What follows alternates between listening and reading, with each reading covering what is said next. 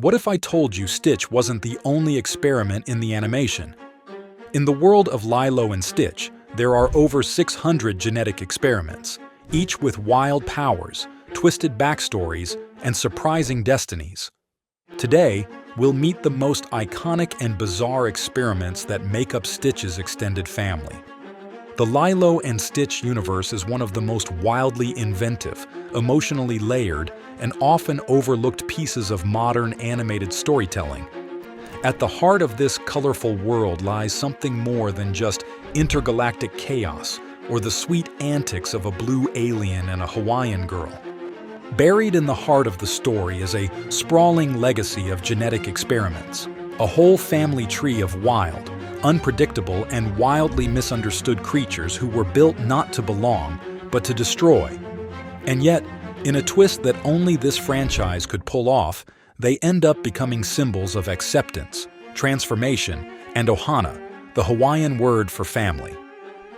Zero, the prototype. Let's start with the phantom that predates them all. Zero, known as Experiment Zero, is the ghost of Jumba's earliest genius, a whisper of ambition without restraint. Zero is what you get when scientific curiosity goes unchecked. Initially resembling Stitch but cloaked in purple, Zero had all the raw, terrifying potential of Stitch. Indestructibility, super strength, super speed, genius-level intellect, acid saliva, and an uncanny ability to calculate faster than any machine. But Zero's journey veers into darkness. Transformed into a cybernetic terror, he becomes part machine, part nightmare. Spider-like legs, a half-metal skull, and arms that morph into weaponry. This is no longer just a rogue experiment. Zero is the personification of a future where empathy never enters the equation. He is a prototype, yes, but one that exists in a nightmarish alternate timeline, a vision of what Stitch might have become if left to fester in isolation and bitterness. Stitch, the heart. And that's what makes Stitch, Experiment 626, such a compelling center for this universe. He's everything Zero is not. Originally built to be an unstoppable force, Stitch's arc is the emotional spine of the franchise. He is destructive, yes, but not beyond saving. His immense strength, lifting to 3,000 times his weight, is matched only by his vulnerability. What water is to his body, love is to his soul. His bond with Lilo softens his chaos, grounding his immense capabilities in loyalty and affection. Stitch becomes more than a living weapon. He becomes a brother, a friend, and a teacher of what it means to be part of something bigger than yourself. Angel, the siren. The second is Angel, Experiment 624, a siren in pink fur. Angel flips the script on the good and evil with a hauntingly beautiful song. Her power isn't physical like Stitch's or explosive like others. It's psychological. When she sings, she reprograms turning the good ones into evil with a single melody. That power, embedded deep in her voice, makes her one of the most dangerous creations to ever slip through Jumba's fingers. But like so many in this universe, Angel is not bound to the role she was created to play. Though she starts to align with villains like Gantu, her heart leads her elsewhere. Love pulls her from the dark, and that love is aimed squarely at Stitch. Together, their romance isn't just cute, it's redemptive. Angel represents the idea that love can rewire even the most deeply encoded systems. Leroy the clone. On the other end of the spectrum is Leroy, Experiment 629, who appears at the end of Jumba's line of creations, forced into existence under the thumb of Dr. Hamsterville. Where Stitch was built with purpose, Leroy was built with resentment. Red instead of blue, faster, stronger, and meaner, Leroy is Stitch's doppelganger dialed up to 11. He can mimic Stitch down to the fur color, which allows him to deceive and infiltrate, making him not just physically powerful but strategically dangerous. Yet, even with all this strength, Leroy is undone by something deeply poetic: music. The same song that anchored Stitch to Earth, Aloha Oe, serves as Leroy's failsafe, a melodic kill switch that shuts him and his clones down. It's a reminder that no matter how advanced the science, there's no outsmarting the emotional resonance of something as simple as a song. Shrink, the mini-me maker. Not all experiments, though, are built for destruction. Some are just downright weird, like Shrink, Experiment 001, Jumba's first project under Hamsterville's watch. Shrink has the strange but amusing ability to shrink or enlarge objects and clone himself.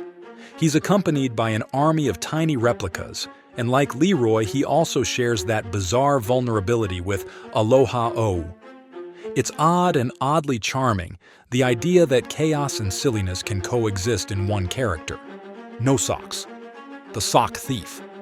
Or consider No Socks, Experiment 204, which exists solely to make socks vanish. A small, gray, washing machine-shaped quadruped, No Socks is a walking punchline to every household's most mysterious problem. His antics tap into a universal frustration that everyone can relate to. Missing socks have become a household myth, and No Socks gives that myth a face. He doesn't destroy on a grand scale, but his mischief is constant, low-key, and maddeningly effective. In the grand scheme of experiments, he may not breathe fire or tear through walls, but No Socks proves that even the smallest annoyance, when cleverly designed, can leave a big impression. Retro, the rewinder. Retro, Experiment 210, can rewind technology and even people back to their primitive states by licking them with his prehensile tongue. He ends up running a prehistoric zoo, which is perhaps the most wonderfully absurd destiny one could imagine for a creature like him. Retro's power is as bizarre as it is fascinating. He does not just de-evolve gadgets, he sends people straight back to caveman behavior with a single touch. Watching characters reduced to grunting, stick-wielding versions of themselves adds a hilarious layer of chaos to any scene he appears in. But what makes Retro especially endearing is how his strange ability finds the perfect outlet. Running a prehistoric zoo turns what could have been a nightmare into something meaningful. It is a clever reminder that even the weirdest gifts can find the perfect place to shine. Skunkuna, the stinker. Skunkuna, on the other hand, is downright gross in the most imaginative way possible. Built to launch disgusting smell bombs, Skunkuna's stench is legendary. But when his odor is combined with the scent of another experiment named Mr. Steeny, the air is miraculously freshened. It's this kind of twisted logic and quirky humor that gives the Lilo and Stitch world its off-kilter magic. Nothing is ever quite what it seems. Pix, the bad photographer. Pix, Experiment 214, is shaped like a camera and has a single trick. He only takes bad photos. That's it. He becomes one of Mrs. Hasegawa's cats, a running gag that illustrates how even the most functionally bizarre experiment can be adopted into the most mundane corner of society. He may not have combat skills or world-ending powers, but that is exactly what makes his placement so effortlessly funny. Without fanfare, he slips into Mrs. Hasegawa's household, blending in with her collection of so-called cats as if it were the most natural thing in the world. His presence becomes part of a larger joke the show quietly commits to, proving that even the most functionally useless experiment can find comfort, belonging, and a sense of purpose in the least likely places. Sparky, the power surge.